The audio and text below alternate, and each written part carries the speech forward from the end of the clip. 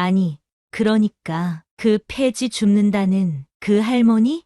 아니, 우리 은정이 친구들이 다 대기업 회장님 딸들인데 시할머니가 폐지 줍는다고 하면 얼마나 창피해.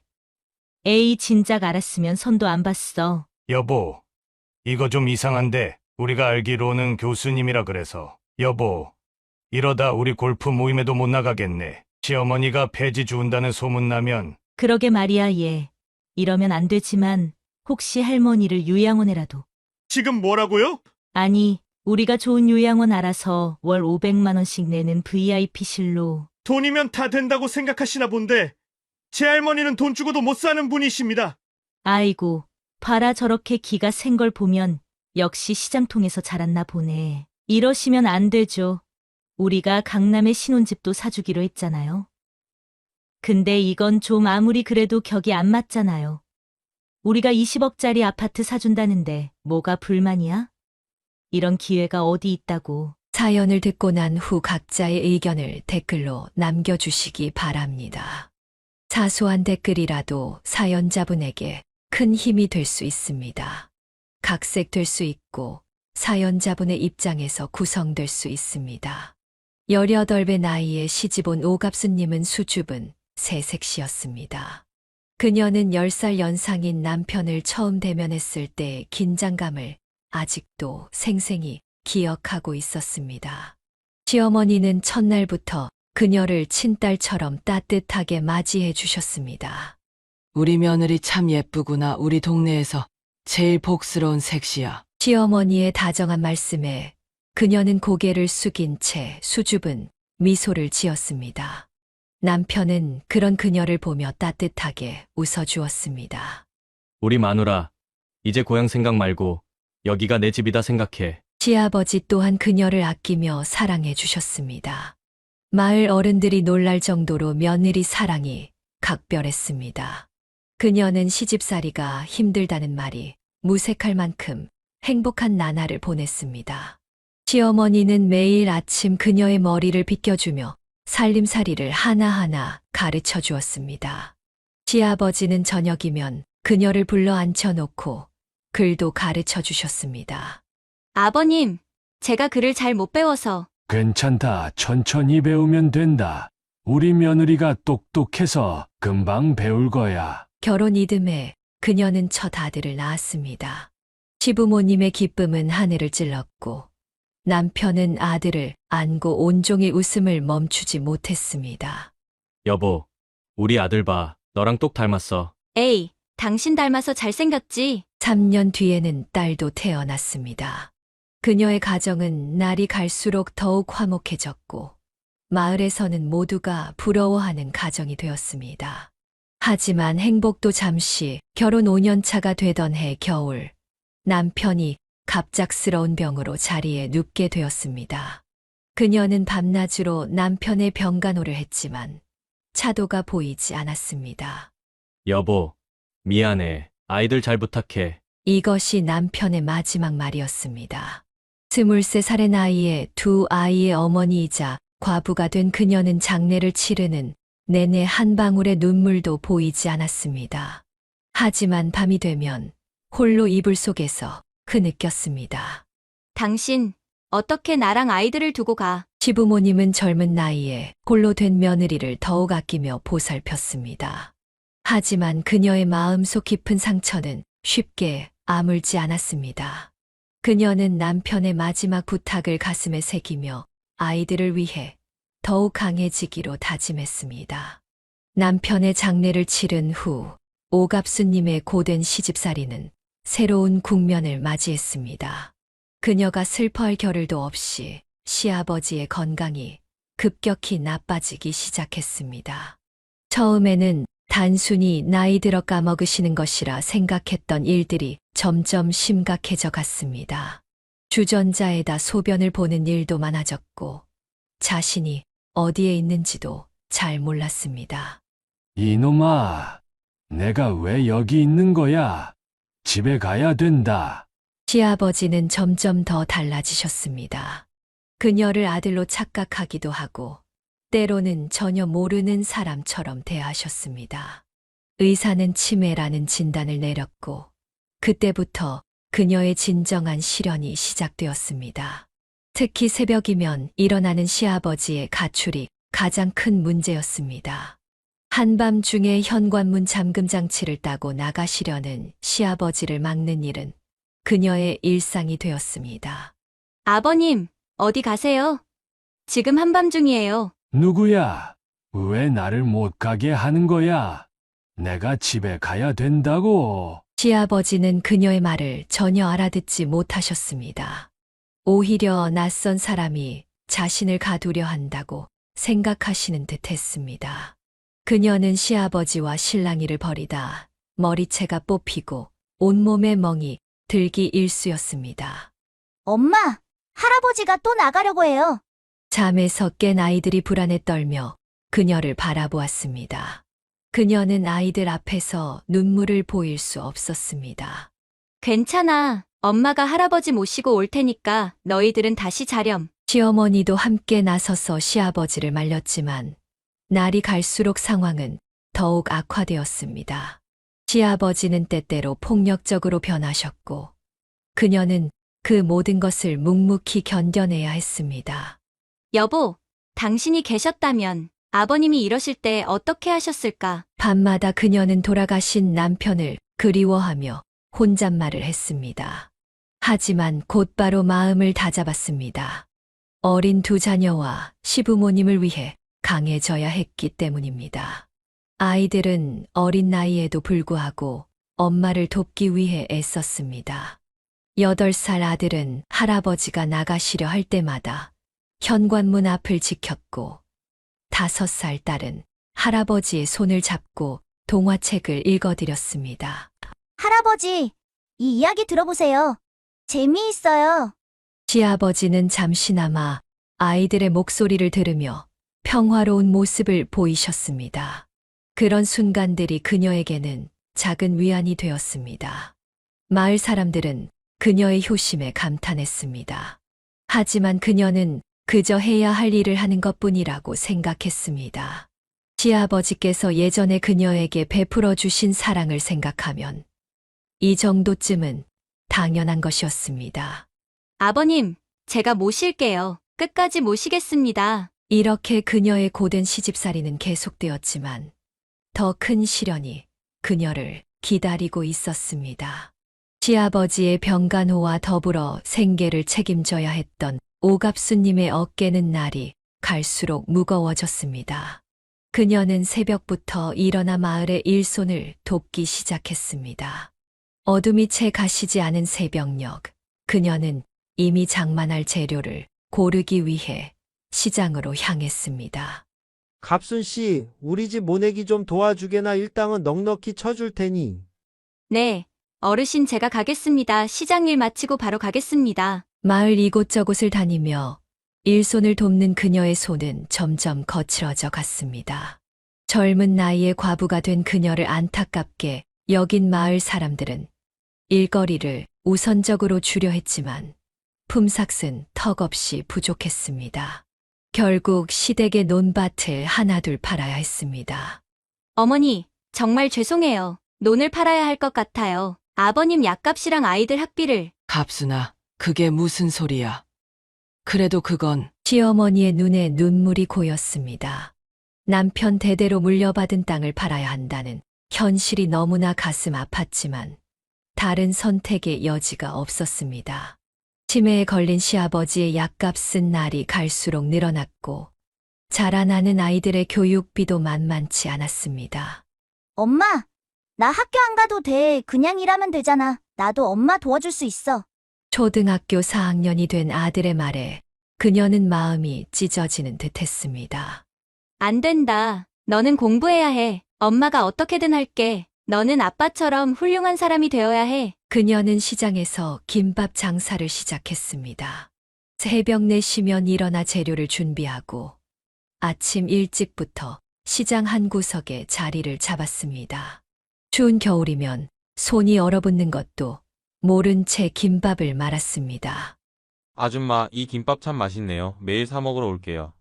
감사합니다. 더 맛있게 만들도록 하겠습니다. 내일은 반찬도 좀 더 넣어드릴게요. 낮에는 김밥을 팔고 밤이면 품삯 바느질을 했습니다. 달빛 아래서 바늘을 놀리다 보면 눈이 침침해져도 그녀는 쉴 수가 없었습니다. 이거 내일까지 해주실 수 있나요? 네, 걱정 마세요. 밤새워서라도 꼭 해드리겠습니다. 시어머니는 그런 며느리가 안타까워 자주 말렸습니다. 갑순아, 제발 좀 쉬어라. 그렇게 무리하다가 병나면 어쩌려고 그러니? 아이들은 어떡하고? 시어머니의 걱정스러운 말씀에도 그녀는 멈출 수 없었습니다. 어머니, 괜찮아요. 저는 아직 젊으니까요. 그리고 아이들이 있잖아요. 하지만 그녀의 몸은 이미 한계에 다다르고 있었습니다. 낮에는 시장에서 서서 김밥을 만들고 밤에는 바느질을 하느라 그녀의 허리는 점점 굽어갔습니다. 25의 젊은 나이였지만 그녀의 얼굴에는 이미 세월의 흔적이 깊이 패여 있었습니다. 엄마, 왜 이렇게 일찍 일어나? 아직 새벽이잖아. 응. 엄마가 오늘은 일찍 나가봐야 해. 시장에 일찍 가야 좋은 재료를 고를 수 있거든. 너희들 알아서 학교 가렴. 도시락은 냉장고에 넣어뒀어. 아이들은 어머니의 고단한 삶을 지켜보며 조용히 자랐습니다. 그들은 투정 한 번 부리지 않고 스스로 알아서 하는 착한 아이들이 되어갔습니다. 딸아이는 이제 혼자서도 설거지를 하고 아들은 여동생의 숙제도 봐주었습니다. 시아버지의 병세는 날로 악화되었고 약값은 점점 더 늘어갔습니다. 그녀는 잠도 제대로 자지 못한 채 하루하루를 버텨냈습니다. 하지만 그 누구에게도 힘들다는 말을 하지 않았습니다. 대신 밤마다 남편의 사진을 보며 눈물을 훔쳤습니다. 이렇게 오갑수님의 고된 생활은 계속되었습니다. 하지만 그녀를 진정으로 걱정하는 한 사람이 있었으니 바로 시어머니였습니다. 시어머니는 며느리의 쓸쓸한 뒷모습을 바라보며 매일 밤 눈물로 기도를 했습니다. 하느님, 우리 갑순이 좀 도와주세요. 저 어린 것이 너무 힘들어 보여서. 오갑수님이 끊임없는 노동에 지쳐갈 무렵 시어머니의 건강도 급격히 나빠지기 시작했습니다. 당뇨와 고혈압이 심해져 병원을 찾은 시어머니는 더 이상 예전처럼 집안일을 도울 수 없게 되었습니다. 갑순아, 네, 어머니. 뭐 드시고 싶으신 거라도 있으세요? 아니, 이제 내가 요양원에 가야 할 것 같구나. 그녀는 시어머니의 말씀에 깜짝 놀랐습니다. 어머니, 무슨 말씀을 하시는 거예요? 제가 있는데 어떻게 요양원에 가세요? 너 혼자 치매 든 시아버지의 아픈 나까지 돌보느라 너무 힘들잖니? 시어머니의 눈에는 눈물이 고였습니다. 며느리를 걱정하는 마음에 요양원행을 결심하신 것입니다. 어머님, 절대 안 됩니다. 제가 어머님 모시는 게 당연한 거예요. 하지만 갑순아, 어머니가 계셔주시는 것만으로도 저한테는 큰 힘이 돼요. 그녀의 말에 시어머니는 한동안 말없이 며느리를 바라보았습니다. 시어머니는 며느리의 마음을 이해했습니다. 내가 죽어도 요양원은 못 가겠다. 우리 며느리가 이렇게 효성스러운데. 시어머니의 눈시울이 붉어졌습니다.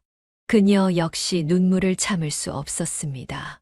어머니, 약은 잘 드셔야 해요. 저 없을 때도 꼭 드시는 거 잊지 마세요. 그래, 내가 약 잘 먹고 오래 살아야 우리 갑순이 도와줄 수 있지. 시어머니의 따뜻한 마음은 그녀에게 큰 힘이 되었습니다. 밤늦게 바느질을 하다가도 시장에서 김밥을 팔 때도 시어머니의 사랑이 있기에 모든 것을 견뎌낼 수 있었습니다.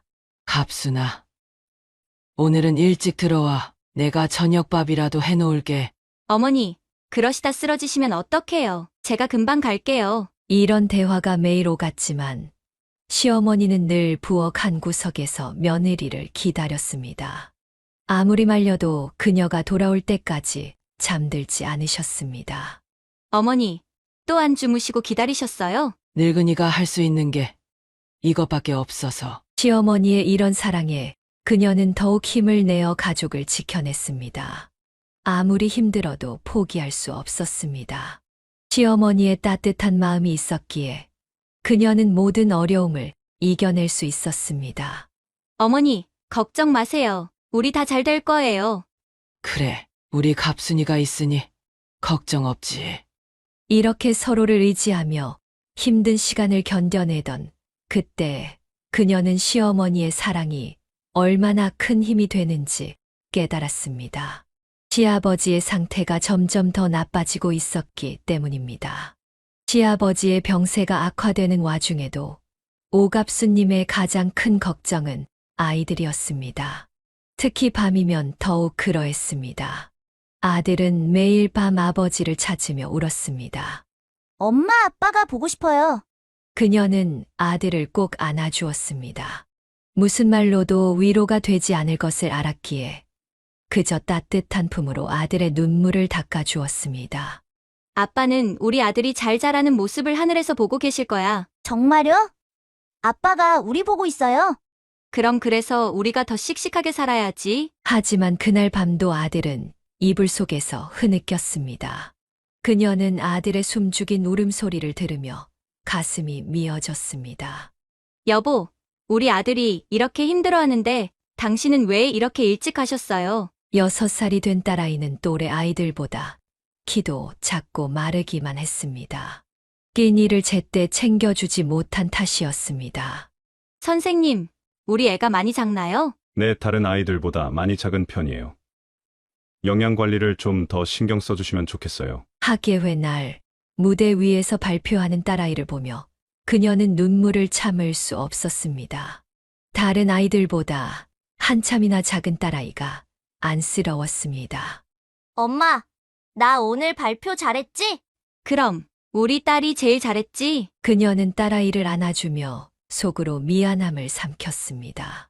제대로 된 반찬 한 번 해주지 못하고 아침마다 김밥 쌀 때 남은 재료로 도시락을 싸줄 수밖에 없었던 현실이 너무나 가슴 아팠습니다. 내일은 맛있는 거 해줄게. 하지만 그 내일은 늘 미뤄질 수밖에 없었습니다. 시장에서 김밥을 팔고 밤늦게까지 바느질을 하다 보면 아이들의 끼니를 제대로 챙길 시간이 없었습니다. 오빠, 나 배고파. 조금만 참아. 엄마 곧 오실 거야. 아이들은 서로를 의지하며 자랐습니다. 오빠는 동생의 숙제도 봐주고 동생은 오빠가 울 때마다 옆에서 손을 잡아주었습니다. 엄마, 울지 마요. 우리가 있잖아요. 어느 날 딸아이가 건넨 이 말에 그녀는 더욱 마음을 다잡았습니다. 아이들이 어린 나이에 이렇게 철이 든 것이 고마우면서도 미안했습니다. 그래. 엄마가 더 열심히 할게. 우리 이제 울지 말자. 하지만 밤이면 그녀도 몰래 눈물을 흘렸습니다. 이렇게 하루하루를 버티던 그녀에게 또 다른 시련이 찾아왔습니다. 시아버지의 상태가 급격히 나빠진 것입니다. 치매와 지병으로 힘겨워하시던 시아버지는 그렇게 조용히 세상을 떠나셨습니다. 오갑수님은 시아버지의 마지막 가는 길을 지켜보며 복받쳐 오르는 감정을 억눌러야 했습니다. 아버님 이제 편히 쉬세요. 장례를 치르는 내내 그녀는 묵묵히 자리를 지켰습니다. 시어머니는 남편을 먼저 보내고 슬픔에 잠겼지만 정작 더 걱정되는 것은 며느리였습니다. 갑순아, 어머니, 제가 있잖아요. 걱정 마세요. 장례를 마친 후 그녀는 깊은 고민에 빠졌습니다. 이제 시아버지도 돌아가시고 아이들은 자라나는데 이 시골에서 계속 살아야 하는지 생각이 많았습니다. 어머니, 한 말씀 드려도 될까요? 그래. 무슨 말이니? 우리 서울로 가면 어떨까요? 시어머니는 잠시 침묵하셨습니다. 그녀는 조심스럽게 말을 이어갔습니다. 아이들 교육도 그렇고 여기서는 제가 할 수 있는 일이 너무 제한적이에요. 서울이면 더 나은 기회가 있을 것 같니? 네, 거기 가면 제가 더 많은 일을 할 수 있을 것 같아요. 시어머니는 깊은 생각에 잠겼습니다. 고향을 떠난다는 것은 쉬운 결정이 아니었습니다. 아들아, 서울 가면 좋은 학교도 다닐 수 있을 텐데 너는 어떻게 생각하니? 엄마, 저는 엄마가 하시는 대로 할게요.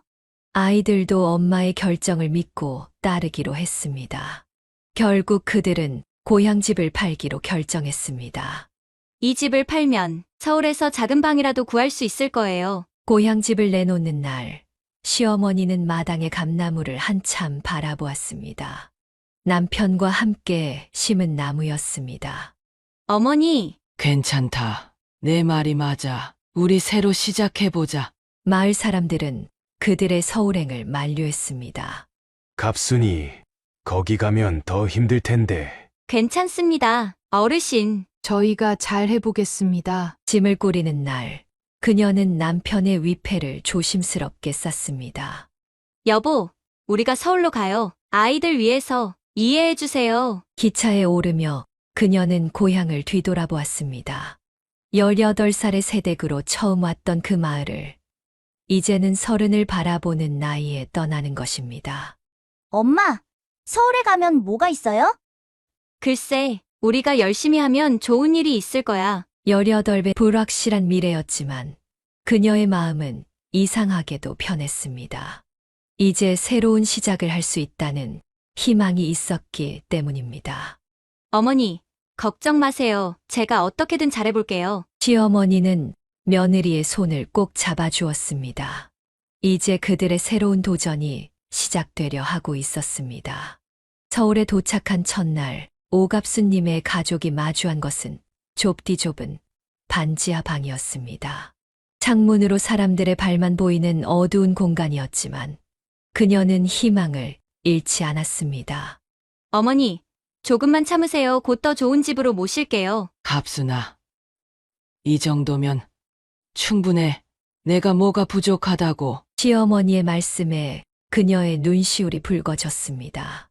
첫날 밤 아이들은 낯선 공간이 무서웠는지 서로 꼭 붙어 잠들었습니다. 여보, 우리 잘할 수 있겠죠? 남편의 위패 앞에서 그녀는 조용히 기도했습니다. 다음 날부터 그녀는 거리로 나섰습니다. 시장에서 배운 솜씨로 김밥을 만들어 팔기 시작했습니다. 아주머니, 이 김밥 참 맛있네요. 감사합니다. 떡볶이도 한번 드셔보세요. 비가 오나 눈이 오나 그녀는 거리를 지켰습니다. 점점 단골 손님이 늘어났고 특히 근처 학교 학생들이 많이 찾았습니다. 엄마, 우리 학교 애들이 엄마 떡볶이가 제일 맛있대요. 아들의 말에 그녀는 뿌듯한 마음이 들었습니다. 하지만 거리 장사는 늘 불안했습니다. 비가 오면 장사를 할 수 없었고 단속이 나오면 도망 다녀야 했습니다.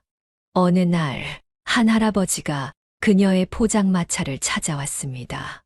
아주머니, 혹시 가게 하실 생각은 없으세요? 그는 이 동네 건물주였습니다. 매일 아침 일찍부터 밤늦게까지 일하는 그녀의 모습을 지켜봐 왔다고 했습니다.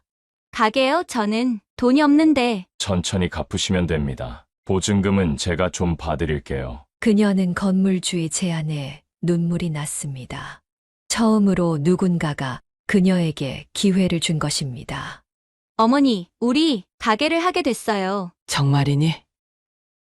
갑순아. 가게 이름을 정하는 날, 그녀는 아이들의 이름을 따서 영민이네 분식으로 정했습니다. 아들 영민이 이름을 넣어서 지었습니다. 우리 가게 이름이 참 예쁘네요. 건물주 할아버지는 미소를 지으며 말했습니다. 그는 가게 인테리어도 도와주었고 월세도 넉넉히 깎아주었습니다.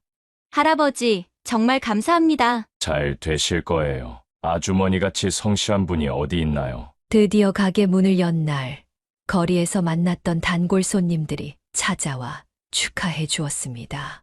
시어머니는 가게 한켠에서 뿌듯한 마음으로 며느리를 바라보았습니다. 갑순아.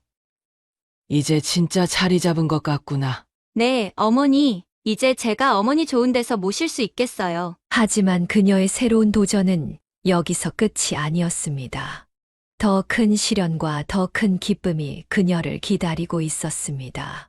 가게가 자리를 잡아가던 즈음 시어머니의 건강이 급격히 나빠지기 시작했습니다. 오갑수님은 병원을 찾았지만 의사는 좋지 않은 소식을 전했습니다. 많이 악화되셨네요. 시간이 얼마 남지 않으신 것 같습니다. 그녀는 그 말을 듣는 순간 온몸에 힘이 빠졌습니다. 하지만 시어머니 앞에서는 강한 척해야 했습니다. 어머니, 약 드실 시간이에요. 갑순아, 이제 그만해도 돼. 무슨 말씀을 하세요? 약 잘 드시면 나으실 거예요. 하지만 시어머니는 이미 자신의 때를 알고 계셨습니다. 어느 날 밤 그녀의 손을 꼭 잡으시더니 말씀하셨습니다. 갑순아, 네, 어머니. 내가 너무 고생만 시키고 가서 미안하다. 어머니, 그런 말씀 마세요. 어머니가 계셔서 제가 여기까지 올 수 있었잖아요. 시어머니의 눈에서는 눈물이 흘러내렸습니다. 널 친딸처럼 생각했는데 좋은 거 다 나 해주지 못하고 어머님이 저한테 주신 사랑이 얼마나 큰데요. 제가 어머님 덕분에 이만큼 살았어요. 밤새 시어머니의 손을 잡고 있던 그녀는 새벽녘에 시어머니의 손이 차가워지는 것을 느꼈습니다. 어머니, 어머니. 아이들은 할머니의 임종을 지키며 울음을 참지 못했습니다. 할머니 가지 마세요. 장례를 치르는 동안 그녀는 한시도 눈물을 보이지 않았습니다. 하지만 밤이 되면 홀로 방에서 오열했습니다. 어머니, 이제 누구랑 이야기하죠? 저 이제 어떻게 살아요? 시어머니는 그녀에게 친정어머니 같은 존재였습니다. 힘들 때마다 위로해주고 쓰러질 때마다 일으켜주던 든든한 버팀목이었습니다. 엄마, 울지 마요. 딸 지연이가 다가와 그녀를 안아주었습니다. 그제야 그녀는 아이들 앞에서도 참았던 눈물을 터뜨렸습니다. 지연아, 할머니가 너무 보고 싶어. 나도 보고 싶어요. 하지만 할머니가 하늘에서 우리 지켜보고 계실 거예요. 장례를 마치고 일상으로 돌아왔지만 시어머니가 없는 집은 너무나 허전했습니다. 가게에서도 시어머니가 앉아 계시던 자리가 자꾸 눈에 밟혔습니다. 갑순아, 오늘은 일찍 들어가. 시어머니의 목소리가 귓가에 맴도는 것 같았습니다. 하지만 이제는 그 따뜻한 목소리를 다시 들을 수 없다는 것을 알았습니다. 어머니, 저 잘하고 있죠? 아이들도 잘 크고 있어요. 남편을 잃고 시아버지를 떠나보는 것보다 더 큰 상실감이 그녀를 덮쳤습니다. 하지만 그녀는 다시 일어나야 했습니다. 아이들이 있었기 때문입니다. 엄마가 더 열심히 할게. 할머니가 지켜보고 계실 테니까. 이렇게 오갑수님의 인생에서 또 한 명의 소중한 사람이 떠나갔지만 그녀는 계속해서 앞으로 나아가야 했습니다. 시어머니의 마지막 말씀을 가슴에 새기며 그녀는 다시 한 번 힘을 내었습니다. 시어머니의 빈자리는 컸지만 오갑수님에게는 위안이 되는 것들이 있었습니다. 바로 자녀들의 눈부신 성장이었습니다. 아들 영민이는 중학교에 들어가서도 한 번도 1등을 놓치지 않았습니다. 영민이 어머니, 정말 대단하시네요. 어떻게 저렇게 공부를 잘하나요? 아이 제가 한 것도 없는데요. 그녀는 겸손하게 말했지만 속으로는 무한한 자부심을 느꼈습니다. 영민이는 밤늦게까지 가게 일을 하는 어머니를 위해 더욱 열심히 공부했습니다. 엄마, 나 진짜 열심히 했어. 잘했지? 우리 아들 정말 자랑스럽다. 딸 지연이도 오빠 못지않게 공부를 잘했습니다. 미술에도 재능이 있어 교내 대회에서 상도 여러 번 받았습니다. 선생님, 우리 지연이 미술에 소질이 있나요? 네, 꼭 배우게 해주세요. 재능이 정말 뛰어납니다. 하지만 그녀는 미술학원비를 감당할 수 없었습니다. 대신 지연이는 학교 도서관에서 미술책을 빌려 혼자 공부했습니다. 엄마, 괜찮아요. 나중에 배우면 되죠. 그런 딸의 말에 그녀는 더욱 가슴이 아팠습니다. 하지만 지연이는 그런 환경 속에서도 학업에 열중했고 늘 상위권의 성적을 유지했습니다. 마침내 영민이가 고등학교 3학년이 되었을 때 첫 번째 기쁜 소식이 들려왔습니다. 엄마, 나 사범대학에 합격했어. 그녀는 그 자리에서 주저앉아 울었습니다. 아들이 이토록 훌륭하게 자라준 것이 너무나 감사했습니다. 여보, 우리 아들이 드디어 대학교에 갔어요. 남편의 위패 앞에서 그녀는 오랫동안 눈물을 흘렸습니다. 2년 뒤 지연이도 명문대학교 미술교육과에 합격했습니다. 가게 단골 손님들은 모두 축하해 주었습니다. 아주머니, 정말 대단하세요. 어떻게 두 자녀를 다 대학에 보내셨어요? 다 아이들이 똑똑해서 그래요. 그녀는 겸손하게 말했지만 사실 이것은 그녀의 헌신 덕분이었습니다. 매일 새벽부터 밤늦게까지 가게를 지키며 아이들의 학비를 모았습니다. 엄마, 이제 우리가 효도할게요. 그래. 너희들이 이렇게 잘 자라준 게 엄마한테는 최고의 효도야. 주변 사람들은 놀라워했습니다.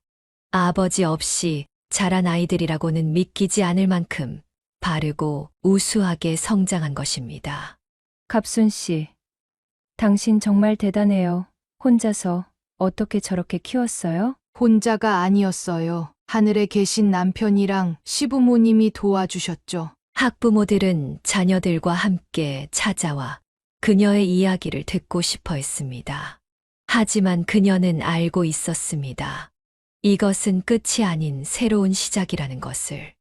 아이들의 대학 생활을 뒷바라지하기 위해 그녀는 더욱 열심히 일해야 했습니다. 서울대 사범대를 우수한 성적으로 졸업한 영민이는 곧바로 교사 임용 시험에 합격했습니다. 오갑수님은 아들이 첫 출근하는 날 새벽부터 일어나 정성스레 도시락을 쌌습니다. 엄마, 이제 제가 도시락 싸갈 나이는 지났잖아요. 에이, 첫 출근하는 날인데 엄마가 어떻게 안 싸주니? 한 달 뒤 영민이는 첫 월급을 받자마자 퇴근길에 어머니의 가게로 향했습니다. 엄마, 이거 제 첫 월급이에요. 아이고, 이게 뭐니? 너가 쓰면 되지. 아니에요. 엄마가 받으셔야죠. 그동안 고생하신 거 생각하면 이거보다 더 드려야 하는데. 그녀는 아들이 건넨 봉투를 받아들고 눈물을 흘렸습니다. 우리 아들, 이제 진짜 어른이 됐구나. 영민이는 교사 생활을 하면서도 늦은 밤까지 공부를 계속했습니다. 처음에는 그녀도 아들이 무엇을 준비하는지 몰랐습니다. 영민아, 요즘 왜 이렇게 늦게까지 공부하니? 엄마, 제가 꿈이 하나 생겼어요. 네, 저 학원 차리고 싶어요. 학원만 차리면 이제 더 이상 고생 안 해도 돼요. 그녀는 놀랐습니다. 안정적인 교직을 그만두겠다는 아들의 결정이 걱정되었습니다. 하고 싶은 거 하렴. 엄마는 내 선택을 믿는다. 영민이는 3년간의 교사 생활을 마치고 사직서를 제출했습니다. 그리고 작은 입시학원을 시작했습니다. 영민아, 정말 괜찮은 거니?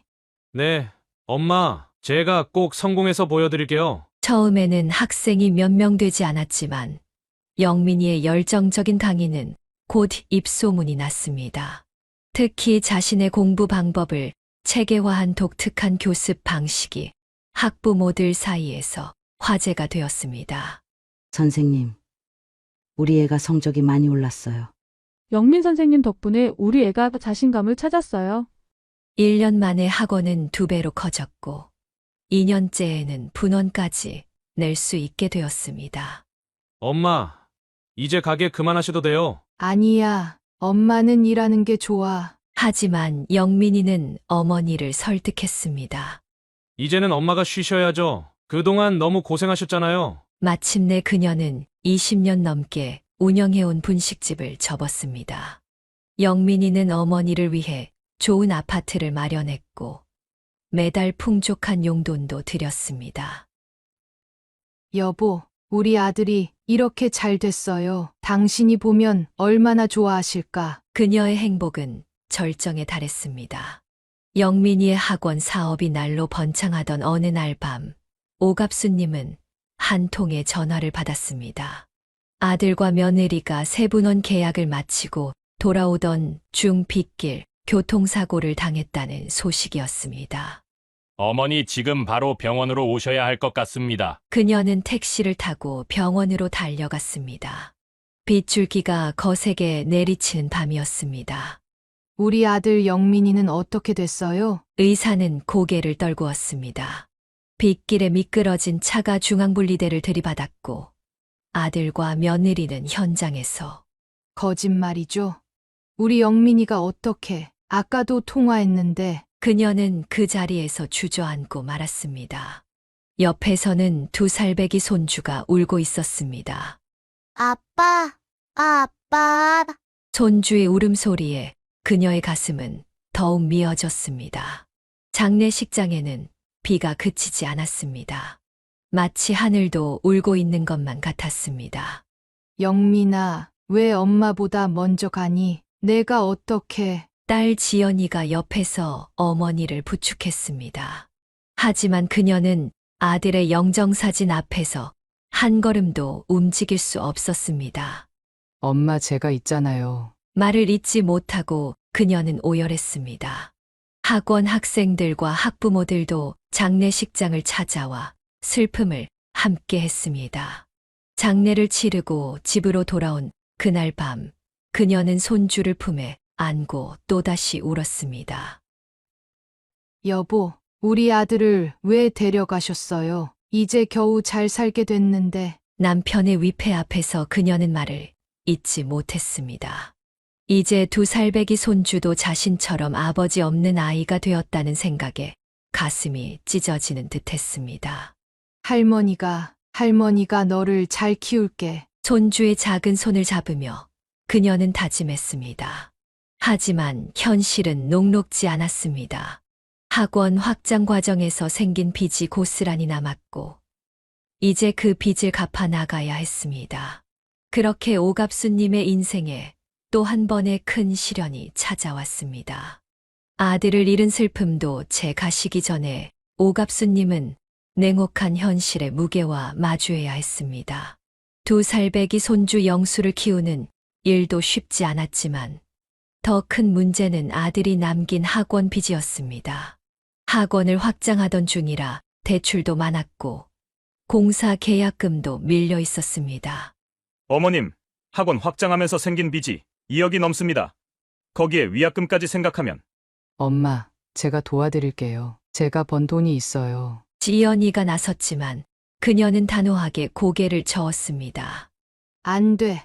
너는 내 살림 살기도 바쁠 텐데. 이건 엄마가 해결할게. 하지만 지연이는 어머니의 말씀을 듣지 않았습니다. 몰래 사위의 통장에서 돈을 빼서 어머니께 보태드렸습니다. 처음에는 100만 원, 200만 원씩 보태다가 점점 금액이 커졌고 결국 이 사실을 안 사위가 크게 화를 냈습니다. 당신이 어떻게 내 모르게 이럴 수가 있어요? 그것도 2천만 원이나? 오빠가 남긴 빚인데 엄마 혼자 감당하시게 할 순 없잖아요. 나도 이 집 딸인데. 그래도 이건 아니잖아요. 우리 집 사정도 있는데 애들 학원비도 빠듯한데. 부부의 다툼은 점점 커져갔고 결국 이혼 이야기까지 나오게 되었습니다. 사위는 이런 큰 돈의 문제를 혼자 결정한 아내를 더 이상 신뢰할 수 없다고 했습니다. 엄마, 저 이혼할 것 같아요. 남편이 이혼 서류를 준비하고 있대요. 지연아, 미안하다. 내 오빠만 이렇게 되지 않았어도. 그녀는 딸의 손을 꼭 잡았습니다. 눈물이 하염없이 흘러내렸습니다. 돈 필요 없다. 한 푼도 필요 없으니까 제발 잘 살아라. 엄마가 알아서 할게. 현실은 참혹했습니다. 손주를 키우면서 빚을 갚는 일은 너무나 힘들었습니다. 그녀는 다시 일을 시작했습니다. 이번에는 새벽 청소부터 시작해서 밤늦게까지 식당 일을 했습니다. 할머니 괜찮아요. 나 때문이에요. 나 이제 밥 많이 안 먹을게요. 할머니 말씀도 잘 들을게요. 5살이 된 영수의 말에 그녀는 가슴이 미어졌습니다. 너무 일찍 철이 든 손주가 안타까웠습니다. 아니야. 우리 영수 유치원도 다니고 학원도 다녀야지. 내 아빠처럼 공부 잘하는 사람이 되어야 해. 할머니가 어떻게든 할게. 밤늦게 일을 마치고 돌아오면 영수는 이미 깊이 잠들어 있었습니다. 그녀는 손주의 자는 얼굴을 보며 눈물을 훔쳤습니다. 마치 어린 시절 영민이를 보는 것 같았습니다.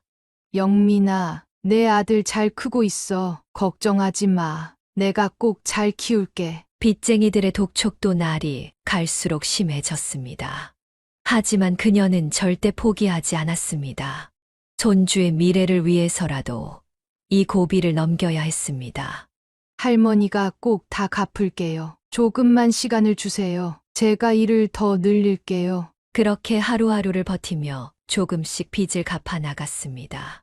지연이도 결국 남편을 설득해 화해했고 가끔 어머니를 돕기로 했습니다. 엄마, 우리가 매달 조금씩이라도 도와드릴게요. 남편하고 잘 얘기했어요. 고마워. 하지만 너무 무리하진 마라. 너희 살림도 있잖아. 이렇게 힘든 시간을 보내면서도 그녀는 손주 영수의 교육만큼은 소홀히 하지 않았습니다. 영민이가 그랬던 것처럼 영수도 공부를 참 잘했습니다. 특히 수학에 재능이 있어 전교 1등을 놓치지 않았습니다. 할머니, 나중에 커서 아빠처럼 선생님이 될래요. 그래. 우리 영수가 꼭 그렇게 될 거야. 이렇게 힘든 시기를 보내면서도 그녀의 마음 한켠에는 작은 희망이 자라고 있었습니다. 손주 영수가 바로 그 희망이었습니다. 그렇게 빚을 갚아가던 어느 날, 그녀는 새벽 청소를 하다 미끄러져 허리를 다쳤습니다. 병원에서는 척추 수술이 필요하다고 했습니다. 상태가 많이 좋지 않습니다. 당장 수술하셔야 해요. 아니, 전 일해야 하는데 돈도 없고. 수술비도 문제였지만 더 큰 문제는 일을 못한다는 것이었습니다. 하지만 병원 측은 단호했습니다. 이대로 두시면 하반신 마비가 올 수도 있습니다. 결국 그녀는 수술을 받았지만 의료비는 빚으로 해결할 수밖에 없었습니다. 퇴원 후에도 그녀는 제대로 걷지도 못했습니다. 할머니, 아프지 마요. 8살이 된 영수가 할머니의 다리를 주물러 주었습니다. 그녀는 손주의 따뜻한 손길에 눈물이 났습니다. 우리 영수 덕분에 할머니가 살아. 하지만 현실은 냉혹했습니다. 더 이상 힘든 일을 할 수 없게 된 그녀는 결국 폐지를 줍기 시작했습니다. 새벽마다 손수레를 끌고 나가 동네를 돌았습니다. 영수야, 할머니 금방 다녀올게. 할머니, 제가 도와드릴게요. 안 돼. 너는 공부나 해. 할머니는 괜찮아. 허리가 아파 제대로 몸도 굽히지 못하면서 폐지를 주었습니다. 비가 오는 날에도, 날이 더운 날에도, 눈이 내리는 날까지 폐지를 주었습니다.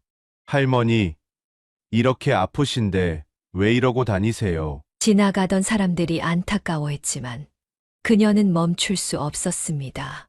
손주의 학비와 생활비, 그리고 아직 남은 빚을 갚아야 했기 때문입니다. 어느 날 동네 교회 봉사단체 회원이 그녀를 발견했습니다. 할머니, 이러시면 안 됩니다. 우리가 도와드리겠습니다. 교회에서는 매달 생활지원금을 주기로 했고 영수의 학비도 지원해 주겠다고 했습니다. 감사합니다. 정말 감사합니다. 그녀는 교회 앞에서 한참을 울었습니다.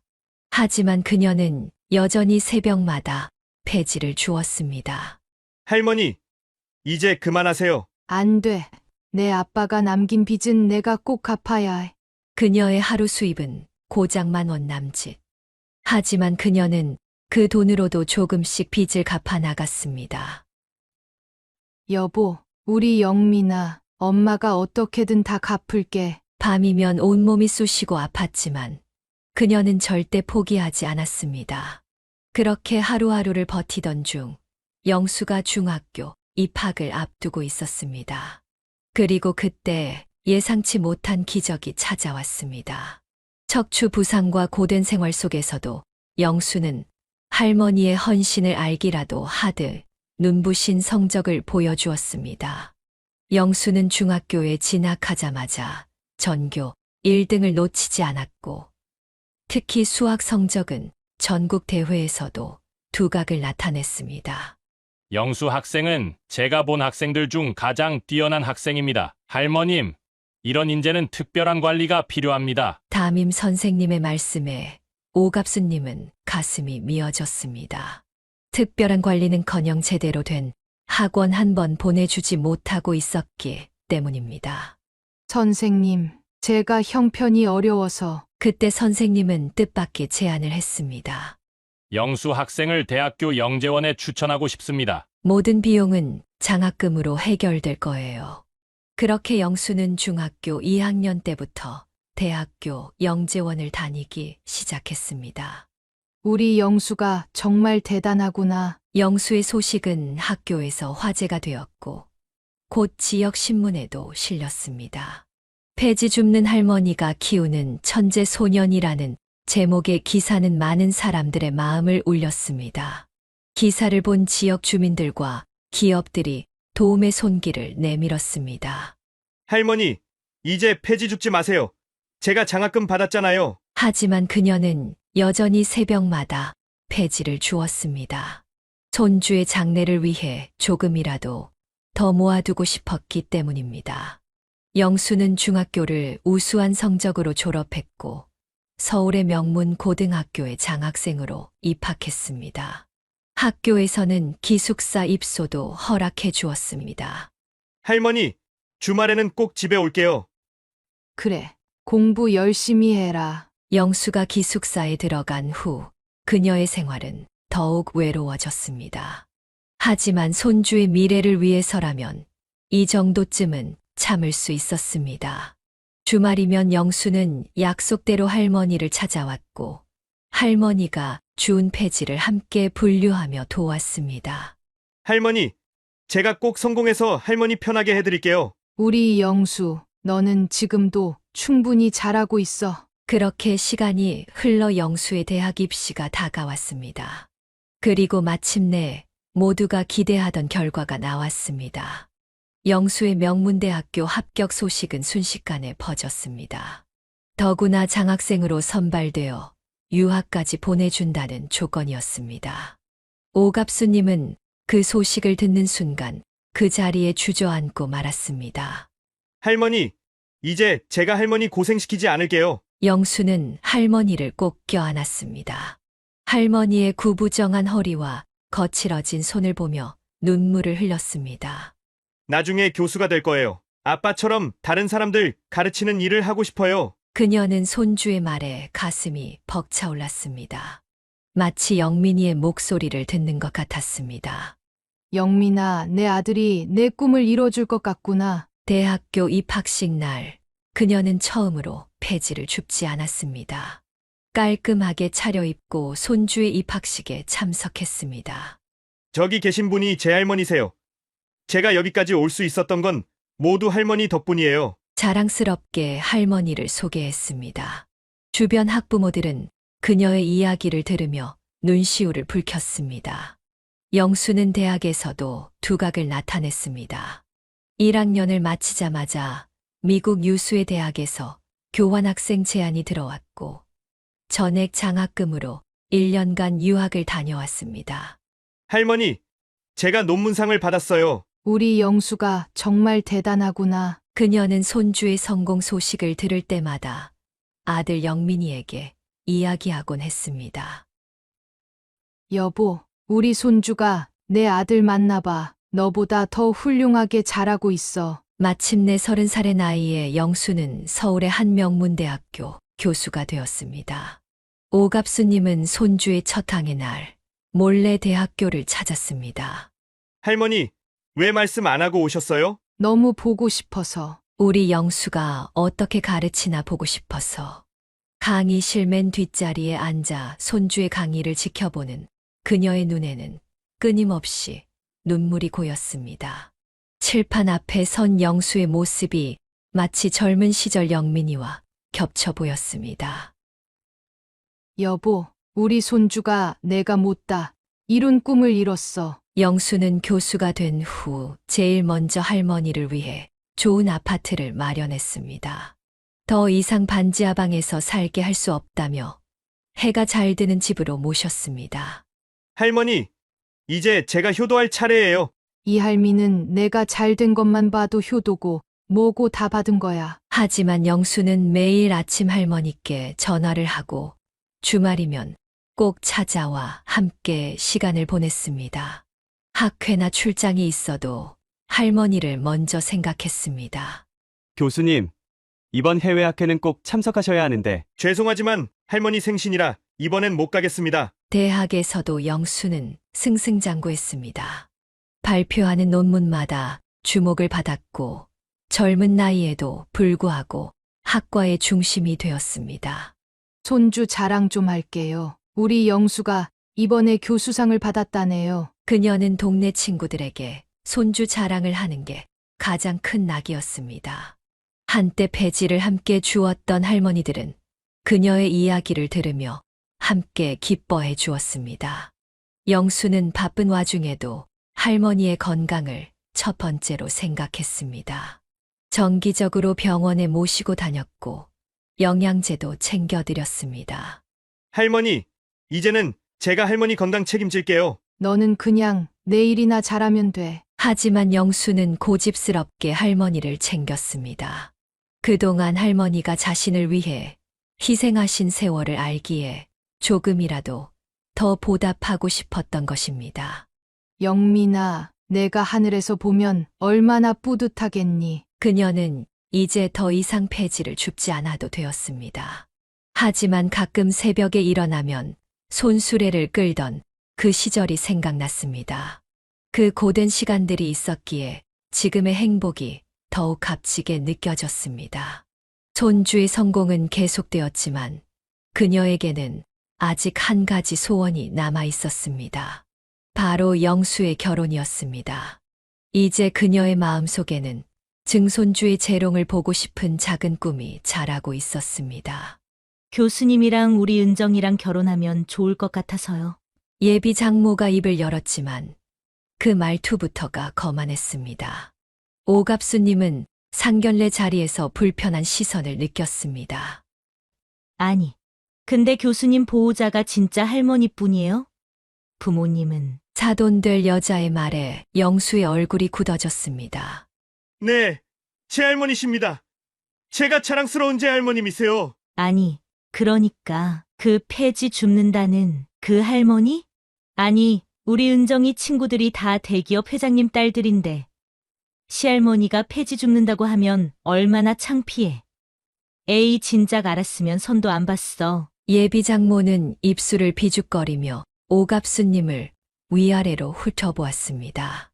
여보, 이거 좀 이상한데 우리가 알기로는 교수님이라 그래서. 예비 장인도 불편한 기색을 감추지 못했습니다.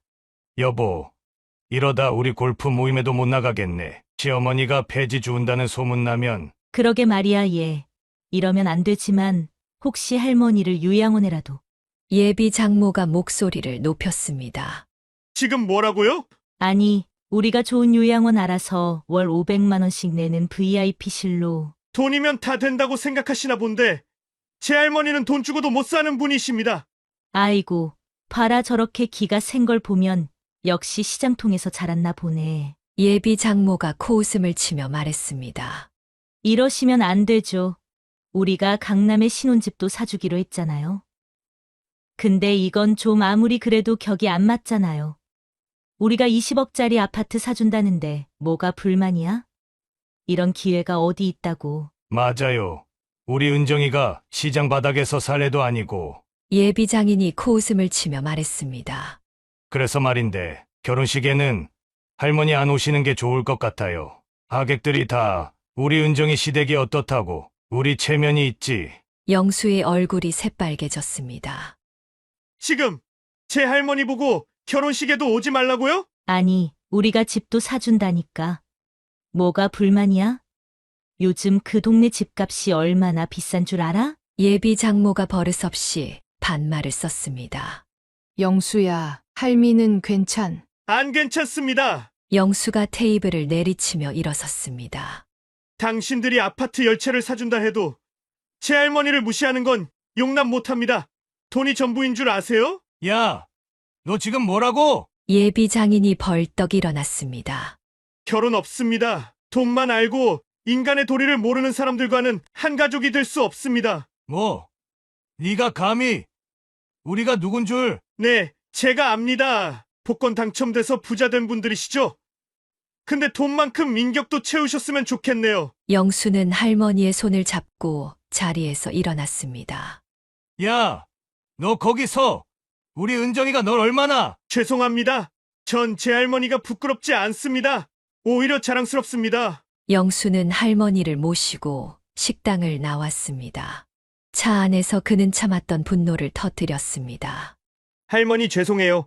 제가 할머니를 저런 사람들한테. 영수야, 할미는 내가 이렇게 할미 편 들어줘서 너무 고맙다. 그날 이후 영수의 결혼 이야기는 없었지만 그는 후회하지 않았습니다.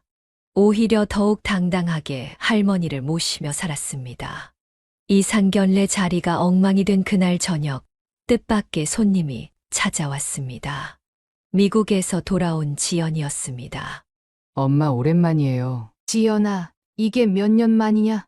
오갑수님은 딸을 보자마자 눈물부터 났습니다. 미국에서 결혼해 살던 딸이 10년 만에 돌아온 것입니다. 고모, 영수가 반가워하며 달려갔습니다. 우리 영수 교수님 되었다면서.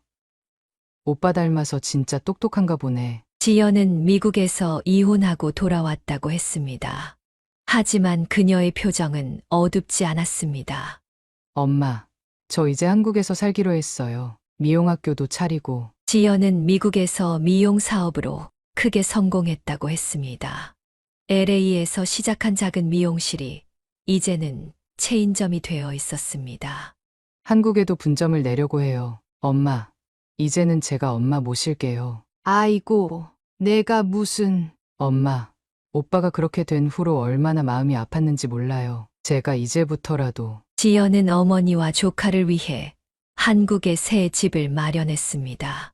고모, 저희가 이런 걸 받아도 될까요? 우리가 어떤 사이야. 내가 고모 아들이나 다름없는데. 지연의 미용학교는 순식간에 유명해졌습니다.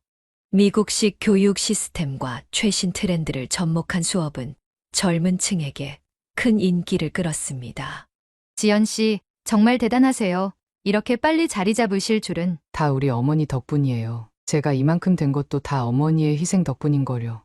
오갑수님은 딸이 자신을 자랑스럽게 여기는 것이 뿌듯했습니다.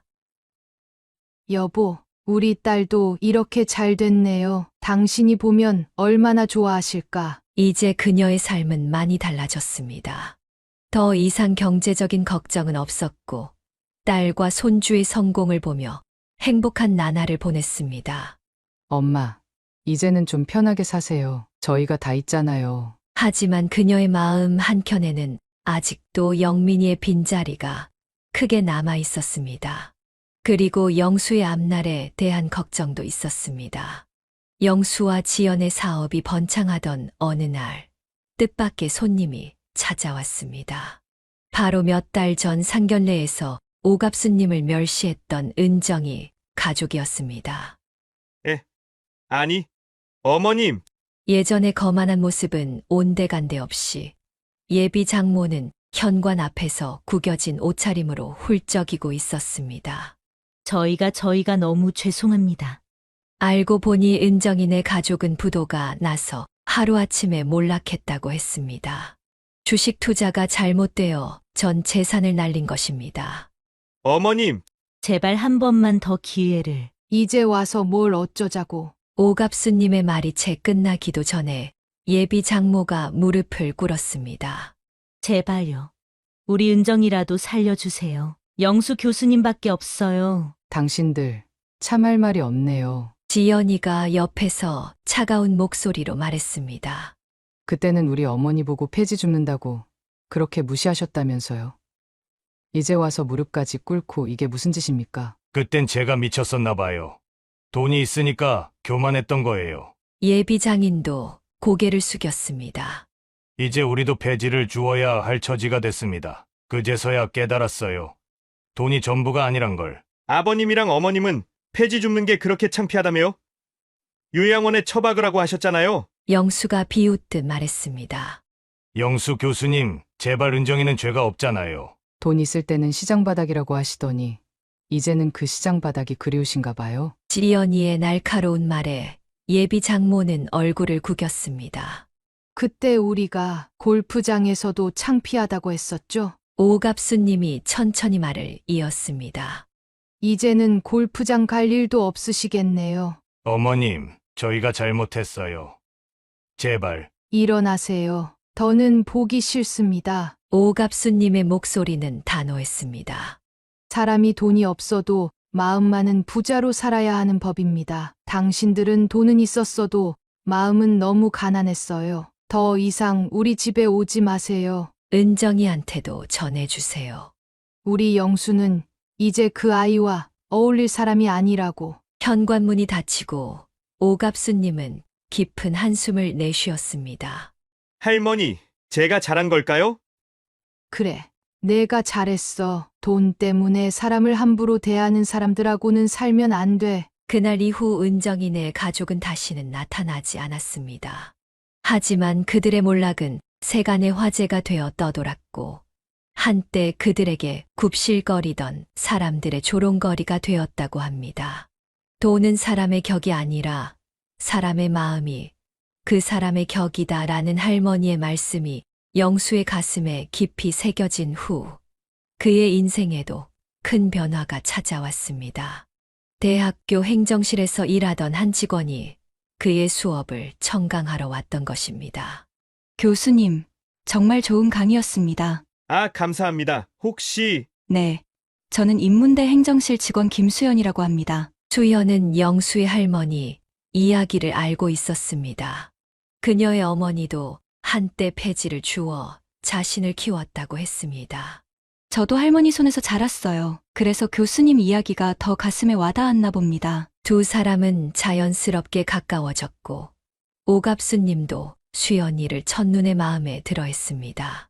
할머니, 제가 이번에 정교수 됐습니다. 우리 영수가 정말 자랑스럽구나. 영수가 정교수 발령을 받은 날 수연이가 찾아와 깜짝 소식을 전했습니다. 할머니, 저 영수 교수님이랑 결혼하고 싶은데 허락해 주실 수 있으세요? 오갑수님은 그 자리에서 수연이를 꼭 안아주었습니다. 그동안 우리 영수 곁에서 이렇게 잘 봐줘서 고마워. 결혼식 날 수연이는 오갑수님께 직접 손수 지은 한복을 선물했습니다. 어머님, 제가 직접 바느질했어요. 서툴지만. 이렇게 예쁜 며느리를 얻다니. 이제 여한이 없구나. 영수와 수연의 결혼 생활은 누구보다 화목했습니다. 특히 수연은 시어머니 공경하는 것을 첫째로 여겼습니다. 어머님, 오늘은 제가 어머님 모시고 병원에 가요. 아이고, 바쁜데 괜찮아. 제가 이제 할머니 손녀딸인데 당연한 거죠? 영수는 학계에서도 인정받는 인물이 되었습니다. 그의 교육 방법론은 여러 나라에서 주목받았고 해외 강연 요청도 끊이지 않았습니다. 여보, 이번에 유럽학회에서 기조연설을 해달래요. 수연은 대학 행정실에서 일하면서도 늘 자부심을 가지고 있었습니다. 그녀는 교직원들 사이에서도 인정받는 실무자였고 학생들의 고민 상담도 자주 해주었습니다. 제 남편이 이렇게 훌륭한 교수가 될 수 있었던 건 어머님의 희생 덕분이에요. 오갑수님은 이제 진정한 행복을 느꼈습니다. 손주의 성공도 기쁘지만 그보다 더 기쁜 것은 영수 부부가 자신의 뿌리를 잊지 않고 당당히 이야기하는 모습이었습니다. 영민아, 내 아들이 이렇게 훌륭한 사람이 됐어. 이제 그녀의 마지막 소원은 하나뿐이었습니다. 바로 증손주의 얼굴을 보는 것이었습니다. 팔순이 된 오갑수님은 이제 아파트에서 편안한 노후를 보내고 있습니다. 미용학교 체인을 운영하는 딸 지연이가 모시고 살면서 하루하루가 행복하기만 합니다. 지연은 바쁜 와중에도 매일 아침 어머니의 아침상을 직접 차렸습니다. 건강식만 고집하는 딸 덕분에 오갑수님의 건강은 날로 좋아졌습니다. 우리 지연이, 너도 이제 새 삶을 시작해야 하는데. 영수와 수연이도 좋은 소식을 가지고 찾아왔습니다. 할머니, 저희 곧 아기가 생길 것 같아요. 정말이니? 정말. 오갑수님은 그 자리에서 눈물을 쏟았습니다. 증손주를 볼 수 있다는 기쁨에 가슴이 벅차올랐습니다. 여보, 우리가 이렇게 잘 살 줄 알았나요? 우리 손주도 이제 아빠가 되고. 매일 밤 남편의 위패 앞에서 그날의 이야기를 들려주는 것이 그녀의 일과가 되었습니다. 할머니, 무릎 안 아프세요? 제가 안마해드릴게요. 퇴근길에 들른 영수가 걱정스러운 눈으로 물었습니다. 괜찮아. 요즘은 지연이가 사준 안마의자도 있고. 그녀의 하루하루는 이제 행복으로 가득 찼습니다. 아침에는 딸과 함께 공원을 산책하고, 낮에는 영수가 보내준 운전기사와 함께 병원도 다니고, 저녁이면 손주 부부가 찾아와 저녁을 함께 했습니다. 엄마, 이제는 정말 편하게 사세요. 저희가 다 있잖아요. 자식들의 말에 그녀는 미소를 지었습니다. 하지만 그녀의 마지막 소원은 아직 남아 있었습니다. 딸의 새로운 행복과 증손주의 탄생, 그것만 보면 여한이 없을 것 같았습니다. 영민아, 하늘에서 보고 있지? 우리 가족이 이렇게 행복해졌어. 창밖으로 노을이 지고 있었습니다. 오갑수님은 창가에 서서 먼 하늘을 바라보았습니다. 그녀의 주름진 얼굴에는 평화로운 미소가 어려 있었습니다. 이제 그녀의 인생에서 고난의 시간들은 모두 지나갔습니다. 남은 것은 오직 행복한 순간들 뿐입니다. 그리고 그녀는 알고 있었습니다. 이 모든 행복이 그동안의 고난과 시련이 있었기에 더욱 빛난다는 것을. 그녀의 작은 속삭임이 저녁 노을 속으로 스며들었습니다. 사연을 듣고 댓글을 남겨주시기 바랍니다. 사소한 의견일지라도 사연자분에게는 큰 힘이 됩니다. 노골적인 악성 댓글은 사연자분에게 상처가 될 수 있으니 삼가주시기 바랍니다.